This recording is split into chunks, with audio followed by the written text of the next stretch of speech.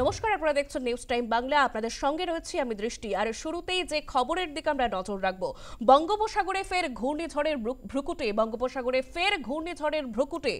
আজ এই ঘূর্ণিঝড় পরিণত হবে নিম্নচাপ। আজ এই ঘূর্ণিঝড়ে পরিণত হবে নিম্নচাপ। নিম্নচাপের প্রভাবে উত্তাল সমুদ্র, মৎস্যজীবীদের সমুদ্রে যেতে নিষেধাজ্ঞা, কড়া নিরাপত্তা সমুদ্র সৈকতগুলিতে। বকখালি সাগর দ্বীপে মাইকিং চলছে প্রশাসনের। ঘূর্ণিঝড় মোকাবিলায় দফায় দফায় বৈঠক। কড়া নিরাপত্তা একেবারে প্রশাসনের। বকখালি সাগর দ্বীপে চলছে মাইকিং। বঙ্গোপসাগরে ঘূর্ণিঝড়ের ভ্রুকুটে। আজ এই ঘূর্ণিঝড়ে পরিণত হবে নিম্নচাপ। রাজ্যের বিপর্যয় মোকাবিলা দফতরের সঙ্গে বৈঠক চলছে। বৈঠকে ব্লক প্রশাসনের আধিকারিকেরা। ঘূর্ণিঝড়ের কারণে জানা যাচ্ছে উত্তাল হবে সমুদ্র। গভীর সমুদ্রে যেতে নিষেধাজ্ঞা করা হচ্ছে মৎস্যজীবীদের। একেবারে সকাল থেকেই চলছে জোর প্রস্তুতি। আপনারা একেবারে সেই ছবি দেখতে পাচ্ছেন। একেবারে মাইকিং চলছে সমুদ্র উপকূলবর্তী এলাকাগুলিতে। সমুদ্র উত্তাল থাকবে এবং মেঘাচ্ছন্ন পরিবেশ থাকবে, তাই সকল পুণ্যার্থীদের উদ্দেশ্যে বলা হচ্ছে আপনারা তাড়াতাড়ি স্নান করে নিজ বাড়িতে ফিরে যান।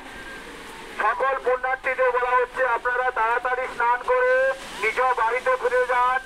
আগামী কয়েকদিন সমুদ্র উত্তাল থাকবে, ঝড়ো হাওয়া বইবে।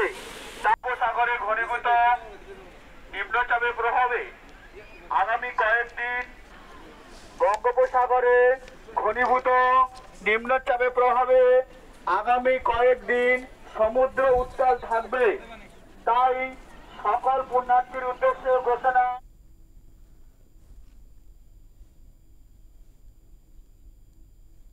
দক্ষিণ চব্বিশ পরগনা থেকে সরাসরি রয়েছে আমাদের প্রতিনিধি প্রসেনজিৎ সাহা। প্রসেনজিৎ, বঙ্গোপসাগরে ফের ঘূর্ণিঝড়ের ভ্রুকুটি, চলছে প্রশাসনের মাইকিং, কি জানা যাচ্ছে? বিস্তারিত কি জানতে পারছো?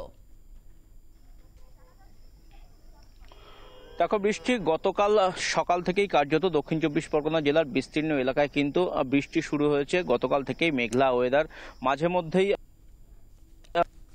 কখনো বা ভারী বৃষ্টি হচ্ছে এবং আজ সকালেও একাধিক জায়গায় কিন্তু দক্ষিণ চব্বিশ পরগনা জেলার বৃষ্টি হয়েছে। বিশেষ যে সমস্ত উপকূলবর্তী এলাকা রয়েছে, বিশেষ করে সুন্দরবনের উপকূলবর্তী এলাকা, গঙ্গাসাগর, পাথর প্রতিমা, নামখানা, এই সমস্ত এলাকাতেও কিন্তু যথেষ্ট পরিমাণে বৃষ্টির প্রভাব পড়েছে সকাল থেকে। পাশাপাশি এই এলাকাতে কিন্তু এই ঘূর্ণিঝড়ের প্রভাব পড়তে পারে তেমনটাই মনে করা হচ্ছে, যেহেতু নিম্নচাপ ঘনীভূত হয়েছে এবং সেই নিম্নচাপ ঘূর্ণিঝড়ের আকার নিচ্ছে এবং আগামীকাল থেকে 30 তারিখ পর্যন্ত তার ল্যান্ডফলের আশঙ্কা রয়েছে। এবং সেই ল্যান্ডফল হলে দক্ষিণ চব্বিশ পরগনার এই সমস্ত উপকূলবর্তী এলাকায় যথেষ্ট পরিমাণে সমস্যা হতে পারে, তেমনটাই কিন্তু এলাকার বাসিন্দাদের যেমন আশঙ্কা রয়েছে, তেমনি আশঙ্কা রয়েছে দক্ষিণ চব্বিশ পরগনা জেলা প্রশাসনের আধিকারিকদের। এবং ইতিমধ্যেই জেলা প্রশাসনের তরফ থেকে কিন্তু উপকূলবর্তী যে সমস্ত ব্লকগুলি রয়েছে তার আধিকারিকদের সাথে কিন্তু একাধিক বৈঠক করা হয়েছে এবং ইতিমধ্যেই উপকূলবর্তী এলাকায় যে সমস্ত পর্যটকরা রয়েছে, বিশেষ করে গঙ্গাসাগর, বকখালি, সুন্দরবন, এই সমস্ত এলাকায় পর্যটকদের কিন্তু সতর্ক করা হয়েছে। যেহেতু এই মুহূর্তে ব্যান পিরিয়ড রয়েছে মাছ ধরার জন্য, ফলে মৎস্যজীবীরা গভীর সমুদ্রে নেই তেমনটাই মনে করছে।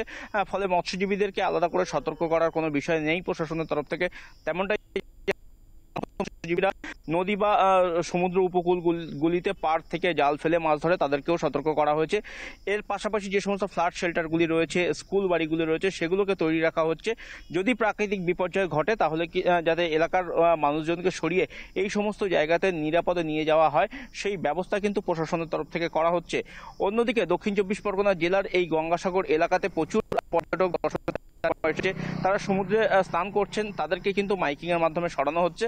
পাশাপাশি প্রশাসনের তরফ থেকেও কিন্তু উপকূলবর্তী এলাকাগুলিতে মাইকিং করা হচ্ছে, যাতে কিনা এই দুর্যোগের সময় সাধারণ মানুষ ঘরের বাইরে না যান এবং প্রতিকূল পরিস্থিতি দেখলে তারা যাতে অবিলম্বে উঁচু বাড়ি বা ফ্ল্যাট শেল্টারগুলিতে উঠে আসে, সেই বার্তা কিন্তু দেওয়া হচ্ছে প্রশাসনের তরফ থেকে। একেবারে ধন্যবাদ প্রসেনজিৎ, তুমি নজর রাখো। বঙ্গোপসাগরে ফের ঘূর্ণিঝড়ের ভ্রুকুটি। আজ এই ঘূর্ণিঝড়ে পরিণত হবে নিম্নচাপ।